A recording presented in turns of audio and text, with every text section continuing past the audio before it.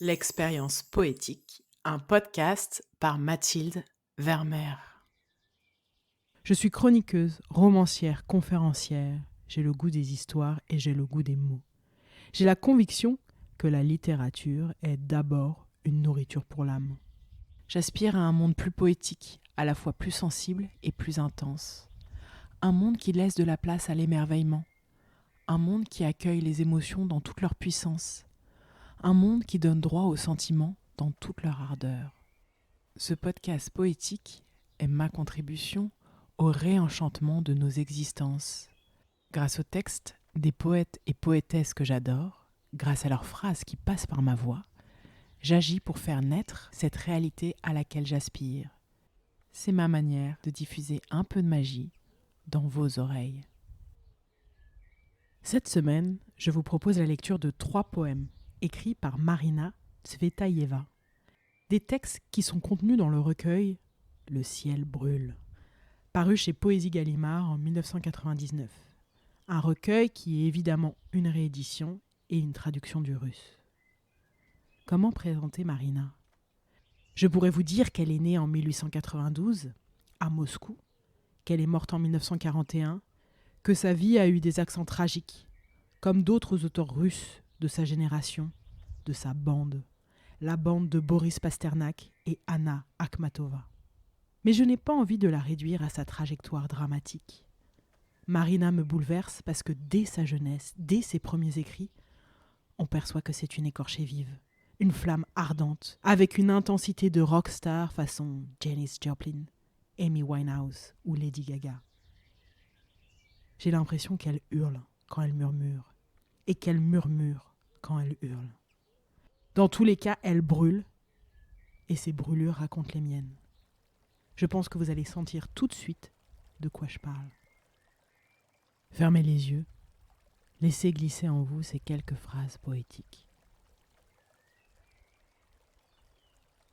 Premier poème. Si vous saviez, passant, attiré par d'autres regards charmants que le mien, que de feu j'ai brûlé, que de vie j'ai vécu pour rien, que d'ardeur, que de fougue donnée, pour une ombre soudaine ou un bruit, et mon cœur, vainement enflammé, dépeuplé, retombant en cendres. Ô les trains s'envolant dans la nuit, qui emportent nos rêves de gare. Sauriez-vous tout cela, même alors, je le sais, vous ne pourriez savoir.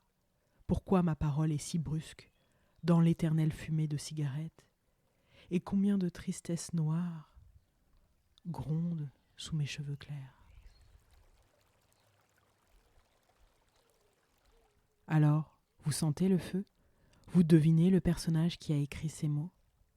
Écoutez encore. Poème numéro 2. Rival, un jour je te viendrai, la nuit plutôt, au clair de lune, quand dans les temps crie le crapaud et quand délire la pitié. Et, attendri par le battement jaloux de tes paupières, je te dirai, je ne suis pas, je suis un songe et tu me rêves. Et je dirai, console-moi, mon cœur blessé se tord, et je dirai, le vent est frais, le ciel brûle d'étoiles.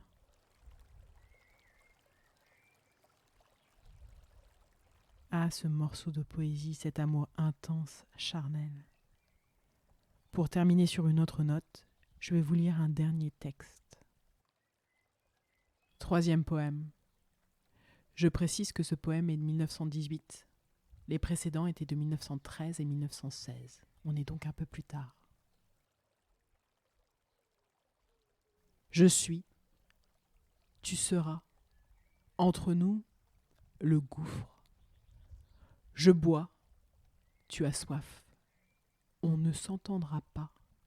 10 années comme 100 millénaires nous séparent. Dieu ne sait pas bâtir de pont. Sois, tel est mon commandement. Laisse-moi passer sans que mon souffle n'arrête l'élan. Je suis, tu seras. Dans 10 printemps, tu diras « Je suis ». Et moi, un jour. Au fond, dans toute sa poésie, dans tous les mots de Marina, peut-être que c'est cela qu'il faut entendre, ce souffle qui demande à suivre l'élan. Et derrière, il faut entendre l'appel à la liberté, l'appel à vivre pleinement. Je vous invite à réécouter ces textes. Pas besoin d'analyse, pas besoin de comprendre, de décortiquer. Sentez, laissez flotter en vous. Si vous avez aimé l'expérience, je vous remercie de mettre 5 étoiles sur vos plateformes de podcast. Puis, en attendant le prochain épisode, retrouvez-moi sur Facebook et Instagram, @MathildeVermeer, pour d'autres contenus littéraires qui viendront nourrir votre sensibilité et votre besoin de profondeur. Enfin, pour soutenir ce projet, retrouvez le lien Tipeee en description de l'épisode. Je vous dis rendez-vous lundi prochain pour une nouvelle bulle poétique.